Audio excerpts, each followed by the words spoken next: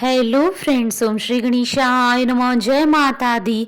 आप सभी का स्वागत है आपके अपने यूट्यूब चैनल पर। आप सभी को चैत्र मास की दुर्गा अष्टमी की हार्दिक शुभकामनाएं।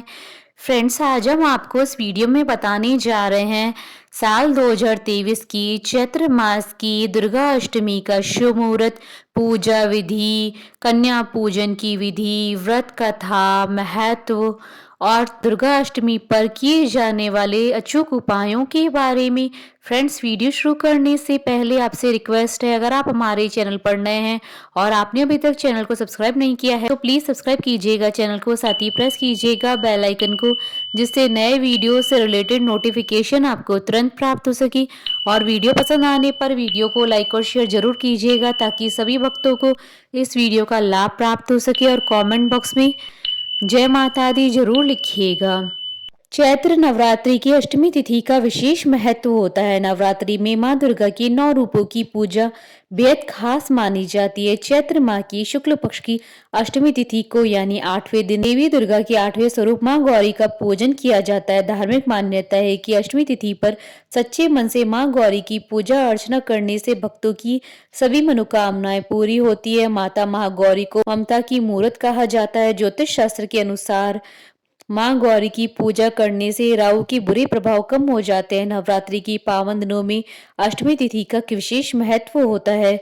इस साल चैत्र नवरात्रि की अष्टमी तिथि 29 मार्च 2023 बुधवार के दिन है। नवरात्रि में दुर्गा अष्टमी का विशेष महत्व होता है। मान्यताओं के अनुसार यह दिन सबसे शुभ माना जाता है। इसे महाअष्टमी भी कहा जाता है। इस दिन लोग अपनी कुल देवी की पूजा करते हैं।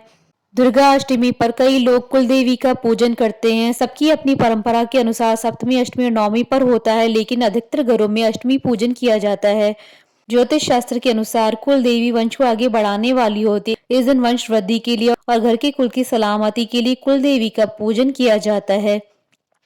महाअष्टमी का पूजन हमारे धर्म में विशेष महत्व रखता है। इस दिन माँ की 64 योगिनी और माँ के 8 रूपों यानी माँ की अष्ट शक्तियों की पूजा की जाती है। माँ के विभिन्न रूपों में माँ की विभिन्न शक्तियों का स्वरूप झलकता है।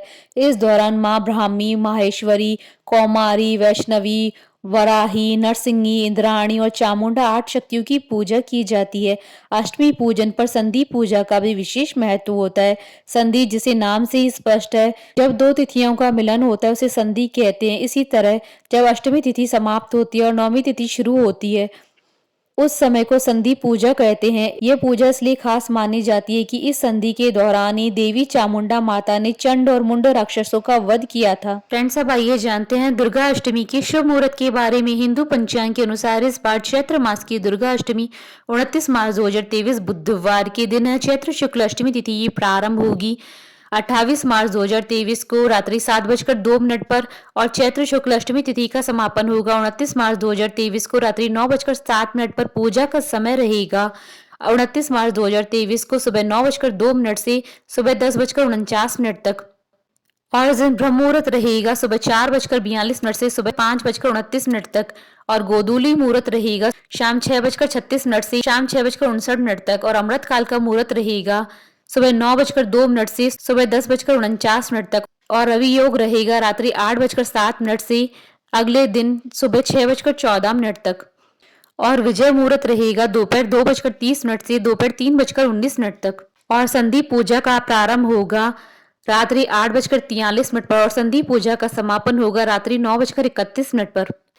फ्रेंड्स, अब आइए जानते हैं दुर्गा अष्टमी की पूजन विधि के बारे में। इस दिन देवी दुर्गा के साथ उनके 8वें स्वरूप मां गौरी का आशीर्वाद प्राप्त करने के लिए सबसे पहले लकड़ी की चौकी पर या मंदिर में महागौरी की मूर्ति या तस्वीर स्थापित करें। फिर चौकी पर सफेद वस्त्र बिछाकर उस पर महागौरी यंत्र रखें और यंत्र की स्थापना करें। इसके बाद पुष्प लेकर मां का ध्यान करें। अब मां की प्रतिमा के आगे दीपक जलाएं और उन्हें फल फूल नैवेद्य आदि अर्पित करें और देवी मां की आरती उतारें।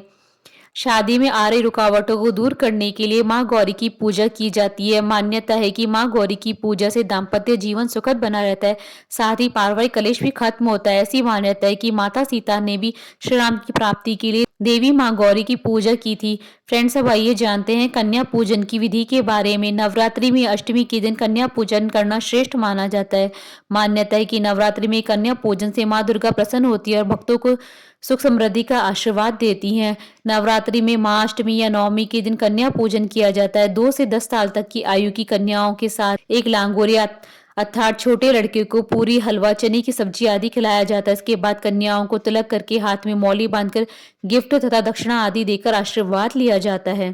फ्रेंड्स, अब आइए जानते हैं माँ अष्टमी पर किए जाने वाले अचूक उपायों के बारे में।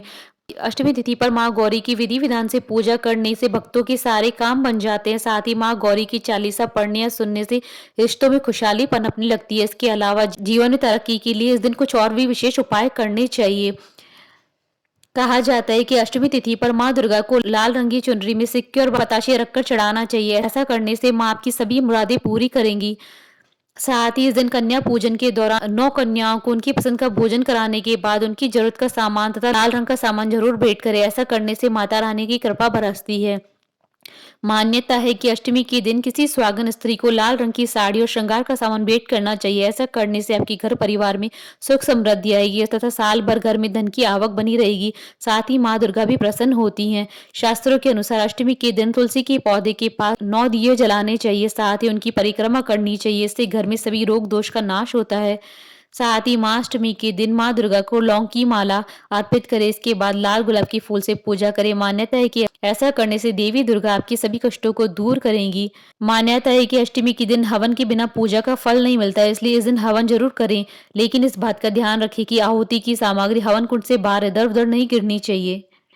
फ्रेंड्स, अब आइए प्रारंभ करें महाअष्टमी की पौराणिक व्रत कथा। पौराणिक कथा के अनुसार दुर्गम नाम के क्रूर राक्षस ने अपनी क्रूरता से तीनों लोगों पर अत्याचार किया होता। उसके आतंक के कारण सभी देवता स्वर्ग छोड़कर कैलाश चले गए। दुर्गम राक्षस का वरदान था कि कोई भी देवता उसका वध नहीं कर सकता है। सभी देवताओं ने भगवान शिव से विनती की तो वह इस परेशानी का हल निकाले। इसके बाद ब्रह्मा, विष्णु और शिव ने अपनी शक्तियों को मिलाकर शुक्ल पक्ष की अष्टमी के दिन देवी दुर्गा को जन्म दिया। इसके बाद माँ दुर्गा को सबसे शक्तिशाली हथियार दिया गया और माँ ने राक्षस दुर्गम के साथ युद्ध छेड़ दिया, जिसमें माता ने राक्षस का वध किया। उसके बाद से दुर्गा अष्टमी की उत्पत्ति हुई। इसलिए दुर्गा अष्टमी के दिन शस्त्र पूजा का भी विधान है।